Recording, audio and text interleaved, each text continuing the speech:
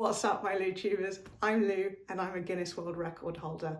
That's not new news, but the certificate finally being here is new news.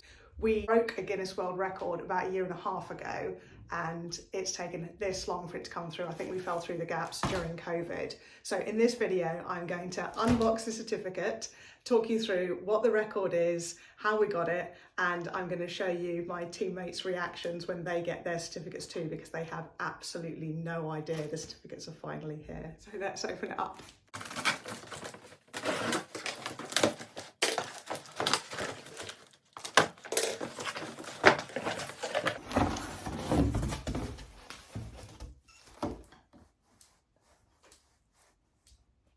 So here you go. It is the Guinness World Record certificate. Fastest journey from Land's End to John O'Groats, UK, by bicycle team of 4 relay female in 1 day, 22 hours and 3 minutes, achieved by Louise Vardaman, Jessica Fawcett, Rhiannon Denton and Jules Cass, all UK, on the 28th to the 30th of June 2021. That is so cool. It's officially amazing. I'm so excited to have this. My kids are going to think I'm the coolest now. So just to explain what the record is, Land's End to John O'Groats are the 2 furthest points within UK. One is down on the southwest coast and the other is up on the northeast coast of Scotland. So England to Scotland. And it's about 900 miles. We did it in less than 2 days. We averaged about 20 miles an hour and it was relay. So we took it in turns riding. We couldn't have more than one person riding at any one point. I was lucky enough to start and finish the record, which was super cool. To begin with, in Cornwall, because it's really lumpy down there, we only did hour stints to ease ourselves into it. And then after a couple of those, we then moved into longer stints of about 2.5 hours each until we got the job done. The reason we went for the Guinness World Record was we wanted to still do something during COVID times to get people talking about women's cycling and keep some focus on our team, the Internationals. We were working towards a Women's Tour de France by communicating out to people that there isn't a Women's Tour de France. There is now, which is awesome, and I feel great knowing our campaign helped towards that in shining the light on inequality and the massive gap between women and men's cycling. So we wanted to keep active and we were limited to what we could do during COVID times, so we wanted to do something in our own country. So breaking that record is a big one. Land's End John O'Groats is famous. People have been breaking those records for years and they do it on all sorts of things like lawnmowers, walking, running, bikes. And what's really cool is that we've got the 4-person relay record. It says on here female record, but we actually hold the men's record as well, with the fastest group of 4 people to relay up from Land's End to John O'Groats, and it's really cool. The process of getting a Guinness World Record is actually pretty complicated. So I started off by searching through the database of records that already exist, and then you can create a new record as well. So I looked on the Guinness World Records website and just found an opportunity. I applied for it and then we went for it. The logistics involved were complicated. We needed to have officials with us, we needed a support vehicle, and we needed to make sure that we did everything by the book, otherwise we wouldn't get the record. Thankfully, this is where George Galbraith stepped in. He was my coach at the time and he really helped me getting all of this together. He became our DS and was key in working out all of our stints and the logistics. So his idea was getting the mothership, which was basically like a celebrity tour bus, you know, the sort of thing that like rock stars go around on tour on. We had one of those. We hired one for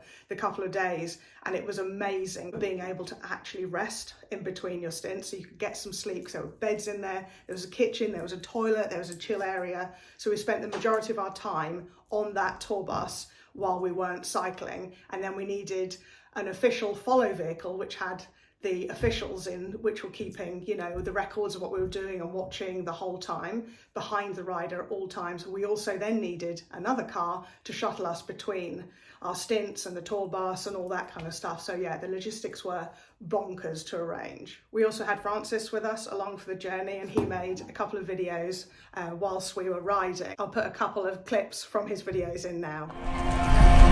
Okay, we're at Land's End and we're going to cycle up to John O'Groats. Go on. So red. I love A-roads, so I'm going to ride them more often. Go on, Lou. 4 miles to go then. I got a picture of just her butt. Look at that. Oh, my camera died. short one, literally walking 10 metres that way. Oh, they're broken. Go right into the car park, right into the car park. It's like slightly downhill. And that is. Back on the road, full gas and rake back a bit of time. You say that, you haven't seen the end of the course. it's brutal. Consumed probably a lifetime worth of jelly babies in the last, what are we on, 36 hours? Something like that. Yeah, so my poor belly. All the riders are absolutely shattered about now. 10k. Come on, mate, you got it, you got it. Come on, 6 miles. I failed to make her smile. She just swore at us. She swore very, very loudly at me, yeah. Go on, Lou. That's it, Lou. You did it! Oh my gosh. It was 46 hours and 3 minutes. The crew really needs some of this. You guys were... Yeah, you guys deserve this just as much as us. Once we got to John O'Groats, we rode all the way back down again, but that wasn't for record, that was for fun.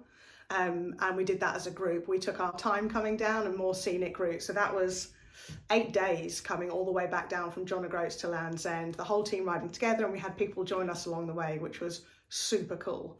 On the way up, the people who joined us were from the side of the road because we had a live tracker on. People knew where we were going to be and they came out to the roadside and were cheering, and it was just incredible. The support we had was unreal, and it really, really helped with motivation and keeping us going. It was one of the hardest things I've ever done, but it was one of the most amazing things, and holding this now makes it all worthwhile. I'm so glad we did it. If you've got any questions about getting a Guinness World Record, the applying for it, what's involved in it, any of that stuff, post them in the comments and I can help you out. If you want a world record, you can get one. You can get them for absolutely anything. The thing is finding either a record that's already been taken that you can break, or finding a new one. I'm actually pretty keen to get another one. I don't know in what, but now I'm on the road to recovery and I'm riding again. I think I want to get another Guinness World Record. If you've got any ideas of what should I go for, let me know. That would be pretty cool. I'm now going to put in the reaction videos from my teammates. I took the certificate round to Jules and Rianne the other day. Safe to say, they were pretty excited to receive it. Yeah, okay.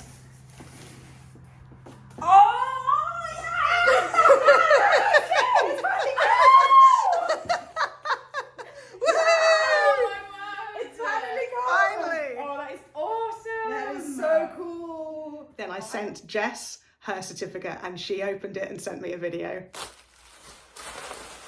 It's very well protected. This is some 10 out of 10 wrapping. Oh my gosh! I've been wondering about this. It's our Guinness World Record certificate. Sorry, that's me kneeling on this bubble wrap. Oh my gosh. Such good times. This is going to be pride of place in my house, in the best spot where everyone can see it every single day. And I'm just like overwhelmed with joyous, joyous memories. Should we do it again? Just kidding. I also really wish I could make a certificate for all the people that were with us. Such legends. What an amazing time. Thank you, Lou, for organising this. It is incredible. I'm still so proud of our achievement. Yeah. I had one more certificate, so I took it into Giro, the coffee shop in Isha. So if you want to see one of these certificates, that's the place to go. They're going to put it up on the wall for us. They were absolutely key in our record as well. Danny and Jordan from Giro came with us. Danny was our mechanic. He fully serviced our bikes before we went to make sure they were tip-top, and then kept them going during the event by making sure everything was fine. We had one puncture in the whole 900 miles and he managed to swap that out in 28 seconds. So he was an unbelievable help in keeping us rolling smoothly and quickly to get that record. Jordan from Giro was the main driver of the official follow vehicle. He had our officials in the van with him and he had to stay behind the rider on the road at all times. They had to stay visible. The two officials in the follow vehicle were Amy and Daisy. They had to keep a logbook every single hour and be watching for us to make any mistakes or to break any rules, which would have completely invalidated our attempt at a world record. So they had a very, very important role. They were super professional about it as well. And there's all sorts of other things. They had to check on the reflectors on our bikes, reflectors on us, everything just to keep you safe. We had to have signage on the back of Jordan's van as well to make sure people knew that it was a cycling event. And we put a thing on there to thank people for going slowly. But because we had a sign on saying it was a Guinness World Record, we actually had a lot of support from motorists, which was super cool. We were on some majorly busy roads because we took the most direct route from Land's End to John O'Groats. So there was like dual carriageways and all sorts of places which you wouldn't normally ride, but it was good.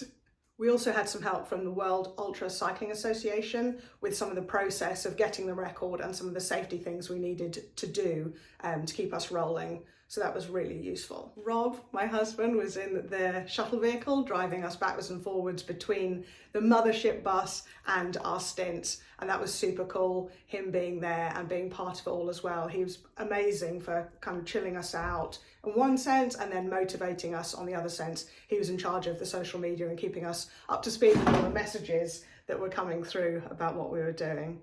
His little pep talks in between my stints kept me going, and I couldn't do any of these crazy adventures without him by my side. It was an insane team effort, and I have so many thank yous to everyone who's involved. We also had sponsors from Elite FX, who are a foreign exchange company that was sponsoring us. Their name is on our shoulders and our kit. SunGod, our sunglass sponsor, Atticus, our kit sponsor, and Lee Day, a legal firm. All of them, we couldn't have done it without you, so thank you for your sponsorship of our attempt. The experience was a pretty emotional one for me as well, because it was so cool to be doing something during COVID times and still making an impact. On a personal level, I was carrying the ashes of a friend of mine in a little necklace that I was wearing, a friend who I'd lost the year before, and I kind of, in a spiritual type way, felt that she was with me and would have been super proud, kept me motivated, and it was a final last journey for her, and I think kept me going in some of those dark hours, of which there were a few. So that's it. Thank you for watching. Hope you've enjoyed this video.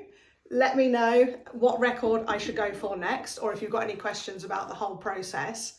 And I'm really, really, really loving all of the comments and all of the support. So thank you so much. It feels amazing to be back moving again. I've got the Internationals ride starting again now, and I'm loving all of your support. So thank you. Please subscribe if you haven't already. Please click like, and I'll see you really soon.